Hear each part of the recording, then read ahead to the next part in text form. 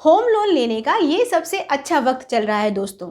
आजकल इसके interest rate बहुत कम हो गए हैं। ज़्यादातर बड़े बैंक करीब 7% के रेट पर होम लोन दे रही है, लेकिन इसके साथ ही आपको 3 तरीके से टैक्स बेनिफिट भी मिलेगा।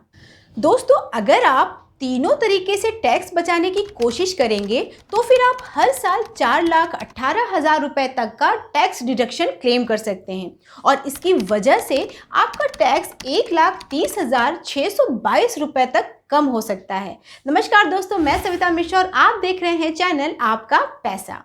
दोस्तों, इस वीडियो में हम आपको बताएंगे कि होम लोन का यूज़ करके कैसे आप इतना टैक्स बचा सकते हैं। दोस्तों, सरकार 3 तरीके से होम लोन पर टैक्स डिडक्शन क्लेम करने का मौका देती है। पहले तरीके में प्रिंसिपल पेमेंट पर सेक्शन 80C के तहत टैक्स डिडक्शन का फ़ायदा मिलता है और दूसरे तरीके में सेक्शन 24B के तहत इंटरेस्ट पेमेंट पर टैक्स डिडक्शन मिलता है। इसके अलावा तीसरे तरीके में इंटरेस्ट पेमेंट पर सेक्शन 80EEA के तहत भी टैक्स डिडक्शन मिलता है। इन तीनों तरह के टैक्स डिडक्शन की अपनी लिमिट है दोस्तों, जिसके बारे में हम आज आपको बताएंगे। लेकिन उससे पहले ये प्रिंसिपल पेमेंट और इंटरेस्ट पेमेंट को समझना जरूरी है, क्योंकि टैक्स डिडक्शन इसी के आधार पर दिया जाता है। दोस्तों, होम लोन लेने के बाद आपको उसका पेमेंट भी करना होता है। होम लोन का पेमेंट EMI यानी किश्तों में होती है। आपको हर महीने EMI चुकानी होती है। EMI की रकम हर महीने एक बराबर होती है, लेकिन इस EMI के 2 पार्ट माने जाते हैं। पहला पार्ट इंटरेस्ट का होता है और दूसरा प्रिंसिपल यानी मूल या मुद्दल का। शुरू के सालों में तो EMI में इंटरेस्ट का पार्ट काफ़ी ज़्यादा होता है, लेकिन आगे चलकर इंटरेस्ट का पार्ट घटता जाता है और प्रिंसिपल का पार्ट बढ़ता जाता है। आमतौर पर बैंक खुद ही आपको EMI पेमेंट का शेड्यूल देते हैं और उसमें ये साफ साफ लिखा होता है कि कितना हिस्सा इंटरेस्ट में गया और कितना हिस्सा प्रिंसिपल पेमेंट में। टैक्स डिडक्शन क्लेम करने के लिए आपको इंटरेस्ट पेमेंट और प्रिंसिपल पेमेंट को अलग अलग देखना होता है। हमने आपके लिए स्प्रेडशीट पर EMI का शेड्यूल तैयार किया है। इसमें हमने मान लिया कि किसी ने 20 साल के लिए 45 लाख रुपए का होम लोन लिया है। इस होम लोन का इंटरेस्ट रेट है 7%। इस रेट पर होम लोन की EMI बनेगी 34,888 रुपये। इस EMI में इंटरेस्ट और प्रिंसिपल दोनों का हिस्सा है। पहले महीने में पूरे 45 लाख का इंटरेस्ट हुआ 26,250 रुपये। EMI से इसे निकालने के बाद बचते हैं 8,638 रुपये। ये अमाउंट प्रिंसिपल पेमेंट में यूज़ हो जाएंगे। ये जो 8,638 रुपये प्रिंसिपल पेमेंट में यूज़ हुआ है, उसकी वजह से अगले महीने का आउटस्टैंडिंग बैलेंस कम हो जाएगा। मतलब ये दोस्तों कि मई में बैलेंस 44,91,362 रुपये रह जाएगा और अब इसका एक महीने का इंटरेस्ट होगा 26,200 रुपये। EMI में से इस इंटरेस्ट को घटाएंगे तो प्रिंसिपल पेमेंट के लिए रकम बचेगी 8,689 रुपये। गौर कीजिए, जैसे जैसे हम आगे बढ़ रहे हैं इंटरेस्ट पेमेंट की रकम घटती जा रही है और प्रिंसिपल पेमेंट भी बढ़ती जाती है। होम लोन डिडक्शन क्लेम करने के लिए हर साल हमें अपने EMI शेड्यूल में देखना होगा कि कितना पैसा इंटरेस्ट पेमेंट में गया है और कितना प्रिंसिपल पेमेंट में। जैसे इस शेड्यूल में साल 2021-22 के दौरान कुल 4,18,661 रुपये की EMI भरी गई है। इसमें से 3,11,609 रुपये इंटरेस्ट पेमेंट में गए, जबकि 1,07,053 रुपये प्रिंसिपल पेमेंट में गए। अब आइए आपको बताते हैं कि ये जो आप हर साल होम लोन का प्रिंसिपल पेमेंट करते हैं, उस पर टैक्स डिडक्शन कैसे मिलता है। दोस्तों, सरकार सेक्शन 80C के तहत कई तरह के इन्वेस्टमेंट पर टैक्स डिडक्शन का फ़ायदा देती है। होम लोन का प्रिंसिपल पेमेंट भी इसी में से एक है, यानी आप जो रकम होम लोन के प्रिंसिपल पेमेंट पर खर्च करते हैं, उसके बदले आपको टैक्स डिडक्शन मिल जाएगा। इसके अलावा आप रजिस्ट्रेशन और स्टैम्प ड्यूटी पर जो खर्च करते हैं, उसके बदले भी इसी सेक्शन के तहत टैक्स डिडक्शन क्लेम कर सकते हैं। बस दोस्तों, एक बात का ख्याल रखना है कि सेक्शन 80C के तहत कुल 1.5 लाख तक के इन्वेस्टमेंट पर वही टैक्स डिडक्शन मिलता है। PPF, EPF, NPS insurance, ELSS वगैरह भी इसी 1.5 लाख की लिमिट में शामिल है दोस्तों। इसलिए अगर आप पहले से इस सेक्शन के तहत टैक्स डिडक्शन का फ़ायदा ले रहे हैं तो होम लोन के जरिए टैक्स डिडक्शन पाने की गुंजाइश कम हो जाती है। अब बात होम लोन के इंटरेस्ट पर टैक्स डिडक्शन की।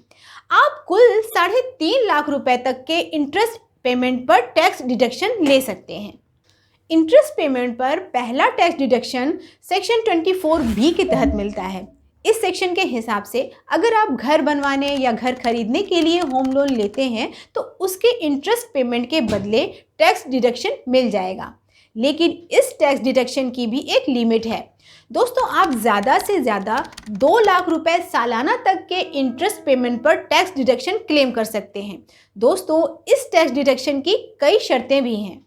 ये वाली टैक्स छूट तभी मिलेगी दोस्तों जब आपको घर में कब्जा मिल गया हो। अगर प्रॉपर्टी अंडर कंस्ट्रक्शन है तो टैक्स छूट क्लेम करने के लिए घर के पोजीशन का इंतज़ार करना होगा।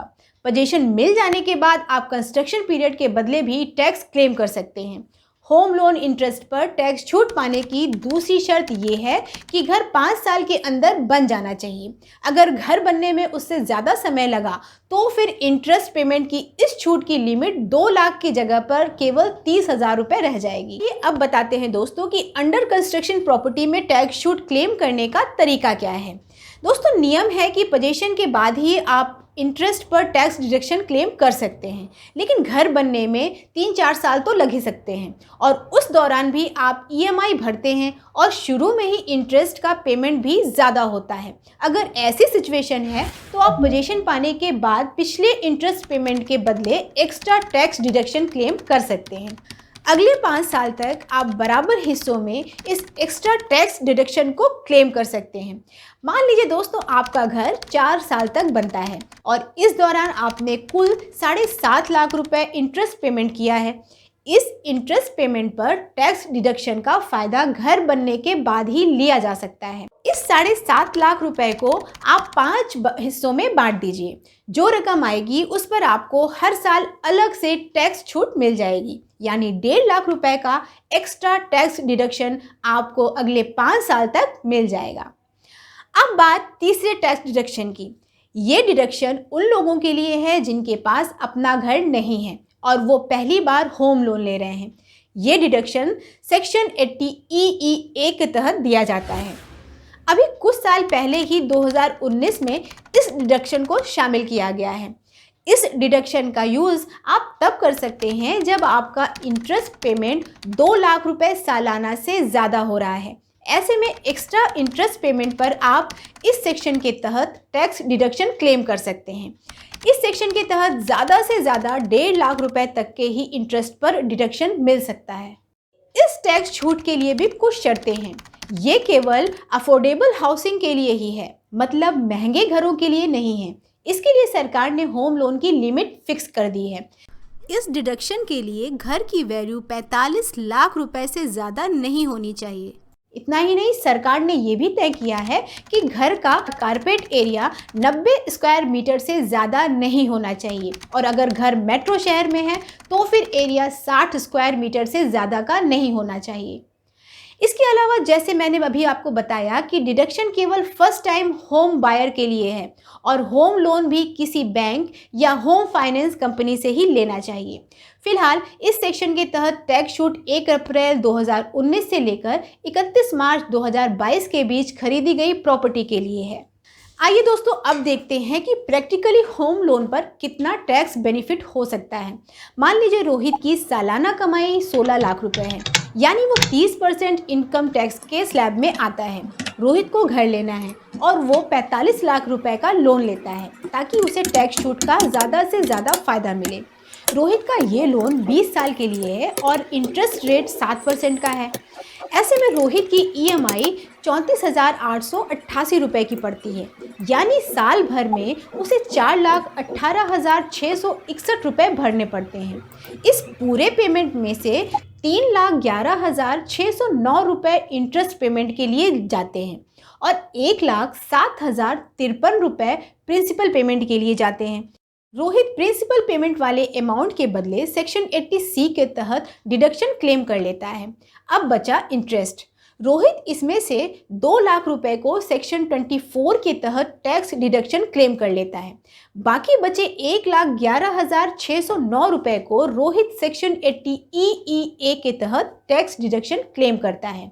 इस तरह रोहित को उसकी पूरी EMI के बदले टैक्स डिडक्शन मिल गया। इसकी वजह से रोहित की टैक्सेबल इनकम 16 लाख रुपए से घटकर 11,81,339 रुपए हो जाएगी।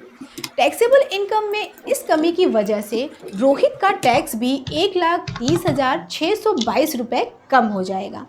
होम लोन लेना रोहित के लिए वास्तव में बहुत फ़ायदेमंद है, क्योंकि उसे भले ही हर साल 4,18,000 की किस्त देनी पड़ रही हो, लेकिन उसकी वजह से उसे 1,30,000 का फ़ायदा भी हो रहा है। दोस्तों, अगर आपको मेरा ये वीडियो पसंद आया हो तो उसे शेयर करें, लाइक करें और सब्सक्राइब करना ना भूलें।